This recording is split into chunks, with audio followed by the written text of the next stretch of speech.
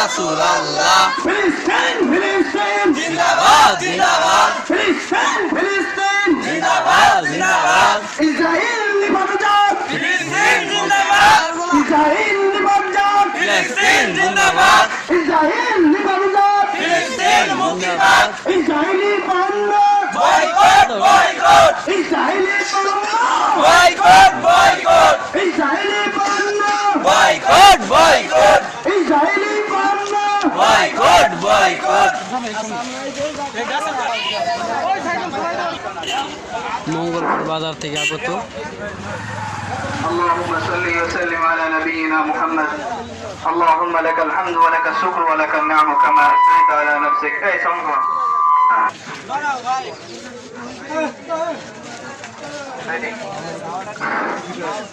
أعوذ بالله من الشيطان الرجيم بسم الله الرحمن الرحيم وما لكم لا تقاتلون في سبيل الله والمستضعفين من الرجال والنساء والولدان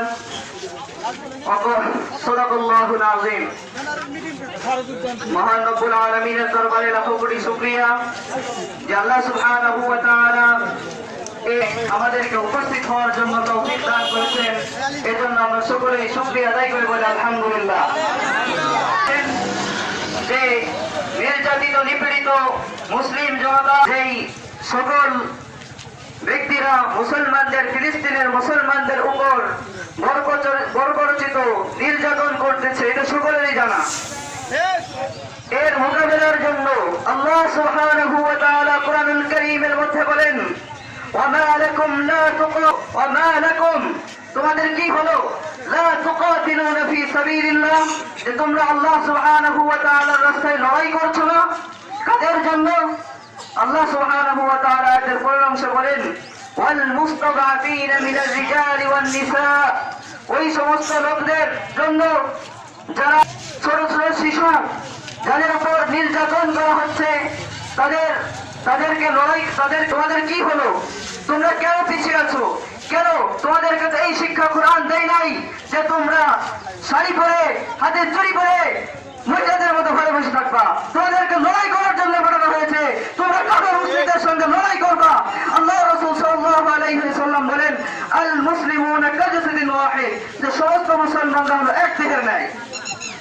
যখন সারা বিশ্বের মুসলমানদের কোন একজন মুসলমানের উপর কোন একটু আঁচল লাগবে, কোন একজন মুসলমানের চোখে অসুস্থ হবে, কোন একজন মুসলমান কোন আঘাতে জর্জরিত হবে, কেমন যেন সমস্ত মুসলমানরা নির্যাতিত নিপীড়িত, কেমন যেন সমস্ত মুসলমানরা অসহায়, কেমন যেন সমস্ত এরকম অবস্থা আমাদের হবে, আমাদের ইমানের ভিতরে পূর্ণতা আসবে না। আল্লাহ রাসূল সাল্লাল্লাহু আলাইহি ওয়াসাল্লাম বলেন লা ইউমিনু আহাদুকুম হাত্তা আকুনা আহাব্বা ইলাইহি মিন ওয়ালিদিহি ওয়া ওয়ালাদিহি ওয়ান নাসি আজমাইন কেউ কখনো পরিপূর্ণ মুমিন হতে পারবে না যখন সে তার পিতা মাতা তার সন্তান সন্ততি সমস্ত কিছু থেকে সাল্লাল্লাহু আলাইহি ওয়াসাল্লামের জীবনের দিকে তাকাই, যখন নাকি হুজুর চাই না যতক্ষণ না পর্যন্ত আল্লাহ সুবহানাহু ওয়া তাআলার দেওয়া বিধান অনুযায়ী এই রাষ্ট্র চলবে, আল্লাহ সুবহানাহু ওয়া তাআলার বিধান অনুযায়ী পুরো পৃথিবীতে সেই সময় পর্যন্ত থাকতে পারবে যে স্থানে আল্লাহর দেওয়া বিধান অনুযায়ী আল্লাহর দেওয়া হুকুম অনুযায়ী মুসলমানরা বাস করবে। এই অনুযায়ী যতক্ষণ পর্যন্ত এই পরিবেশের মধ্যে যতক্ষণ পর্যন্ত মুসলমানরা আসতে পারবে না ততই অবস্থায় থাকবে। তাদের স্থান থেকে যেভাবে হোক আল্লাহ সুবহানাহু ওয়া তাআলার বিধানকে কায়েম করার জন্য প্রতিষ্ঠা করার জন্য আমরা সর্বোত্তম চেষ্টা করব। এটা থাকবে আমাদের সর্ব অবস্থায় সবার চেষ্টা। 2 নম্বর হলো বাইরের যে সমস্ত পণ্য আছে এই সমস্ত পণ্যকে বয়কট করা। আল্লাহ রাসূল সাল্লাল্লাহু আলাইহি ওয়াসাল্লাম বলেন মান রাআ মিনকুম মুনকারান ফালইয়ুগাইয়ির বিয়াদিহি ফাইন লাম ইস্তাতি' ফাবিকলবিহি ওয়া ইন লাম ইস্তাতি' ফাবিকলবিহি ওয়া যালিকা আযম নিম্নতম স্থান হলো বলে ঘৃণা করা। মানুষের যদি সক্ষমতা থাকে তাহলে সে ইসরায়েলের বিরুদ্ধে হাত দ্বারা প্রতিহত করবে, সে বুলেট দ্বারা প্রতিহত করবে।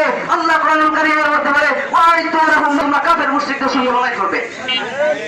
যখন আমাদের হাতের দ্বারা আমাদের পারবো না, আপনারা হাদিস দ্বারা শিক্ষা দিয়েছেন।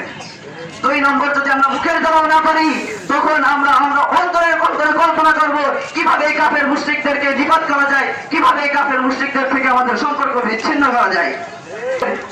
ওই পণ্যের যে ট্যাক্সটা তাদের কাছে যাচ্ছে এই ট্যাক্সের মাধ্যমে তারা বোমা বারুদ কিনতেছে, বিভিন্ন অস্ত্রপাতি কিনতেছে, কিনে এগুলো আমার ভাই বোনদের উপর নিক্ষেপ করা হচ্ছে, আমার ভাইদের উপর নির্যাতন করা হচ্ছে। এর জন্য আমাদের সকলের দাবি, সমস্ত মুসলিম বিশ্বের সকলের দাবি, ইসরায়েলি পণ্য বয়কট, বয়কট, বয়কট। সাধারণ জনতা যদি ইসরায়েলি পণ্যকে বয়কট করে, তাহলে দোকানদাররা ওই সমস্ত পণ্য আর বিক্রি করতে পারবে না। তার কারণ হলো, দোকানদাররা যদি নিয়ে আসে, তখন তাদের আমরা করার জন্য উৎসাহ নাই। আমি বিশেষ করে আমাদের এই ছোট্ট গ্রামে, ছোট্ট বাজারের সকল ব্যবসায়ী ভাইদেরকে বলতে চাই, এরা তোমরা ছিল চিনি না ভাই, কিন্তু তোমরা ছিল। তোমরা যদি বেচা থেকে বিক্রি বন্ধ থাকো, তাহলে আমরা কিনতে পারবো না। এই কথাটা জ্ঞান ঠিক কিনা? দোকানদাররা যদি ইসরায়েলি প্রোডাক্ট বিক্রি না করে, ভাই আমি কিন্তু কোথা থেকে? আমি তো ইসরায়েলি সমদর্শ সকল ধরনের প্রোডাক্ট চিনি না, কিন্তু দোকানদার অনেকে পায় হাত চাপানি। তোমরা যদি বলো যে সবার জনসম্পর্কে তোমাদের পায়ে হাত দিয়ে বলতে হবে, তার মাল আছে, এই টাকার মালগুলো তোমরা বিক্রি করে, আর তোমরা বিক্রি করো না ভাই, তোমাদের যদি ইমান থেকে থাকে।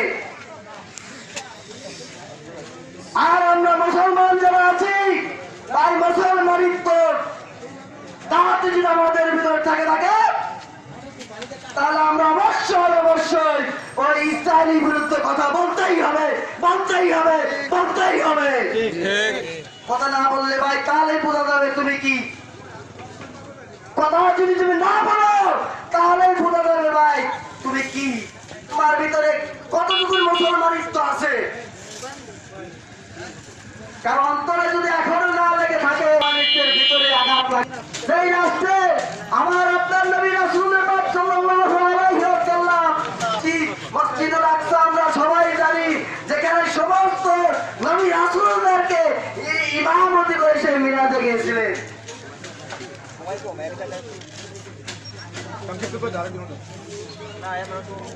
আমার বক্তব্য আমি আর দীর্ঘায়িত করবো না। আমাদের একটাই কথা, আমি ছোট্ট মানুষ হতে পারি, আমি মানুষ ছোট হতে পারি, কিন্তু আপনারা চিন্তা করে দেখে আর মনে হয় যে আমরা যে মসজিদের কথা নাম আছে,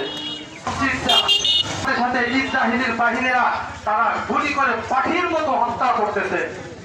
শুধু তাই নয়, ইসরায়েলের বাহিনীরা ওরা কি করতেছে, ফিলিস্তিনের নিরীহ মুসলমানদেরকে অন্যায়ভাবে হত্যা করতেছে।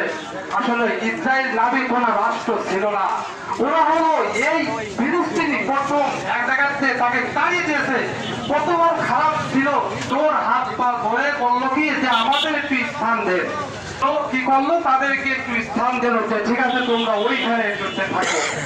থাকার পরে তারা কি করলো, ও তাদেরকে চুক্তিবদ্ধ করে, দেখো তোমাদেরকে স্থান দেবো, ঠিক আছে না, আমি এটা করবো না, আমাদের অধিক সূত্র যারা আছে তারাও করবে না।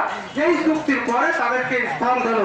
অবশেষে দেখা গেল তারা যখন সংসম্পন্ন হয়ে গেল, মুসলমানদের উপর অত্যাচার, অবিচার, জুলুম, হত্যা শুরু করে দিল। ছোট্ট একটা দৃষ্টান্ত দিলে আপনারা বুঝতে পারবেন। কোন এক নম্বর স্থান দেন, আমার বাড়ি ঘর টাকা পয়সা কিচ্ছু নাই, ওই বড় লোককে মারিয়ে, বুঝছেন, যে লোকটা মালিক, অরিজিনাল মালিক, যে জায়গা দিল, তাকে কি করলো, মারি পিট করে ঘর থেকে বাইর করে দিয়ে বললো এলো সন্ত্রাস। ঠিক এর চেয়েও মুনাফেক, এর চেয়েও কাফের, মুশরিক, ইহুদি হচ্ছে ওই ইসরায়েল। আমরা সবাই যেমন ফিলিস্তিনকে আমরা বয়কট করি, এখন আমরা এই দিকে একটা রেডি করবো। কোম্পানি হলো কাদিয়ানির কোম্পানি, তাদের কোম্পানি, ওদেরকে কোনোভাবে সহযোগিতা করবো না। আমরা আমার ভাই বোনদেরকে সহযোগিতা করবো, অর্থ দিয়ে, করে দিয়ে, রক্ত দিয়ে, যা দিয়ে প্রয়োজন শক্তি দিয়ে, তাই দিয়ে আমরা করবো। আপনারা সকলেই জানেন, রাসূলুল্লাহ সাল্লাল্লাহু আলাইহি ওয়াসাল্লাম যখন ইসলামের দাওয়াত দিল, তখন করলো অনুরূপভাবে আমাদের এই সমস্ত নির্যাতিত ভাই বোনদেরকে সহযোগিতা করা আমাদের এখন থেকে ওদের সমস্ত পণ্যগুলোকে বয়কট করার তৌফিক দান করুন।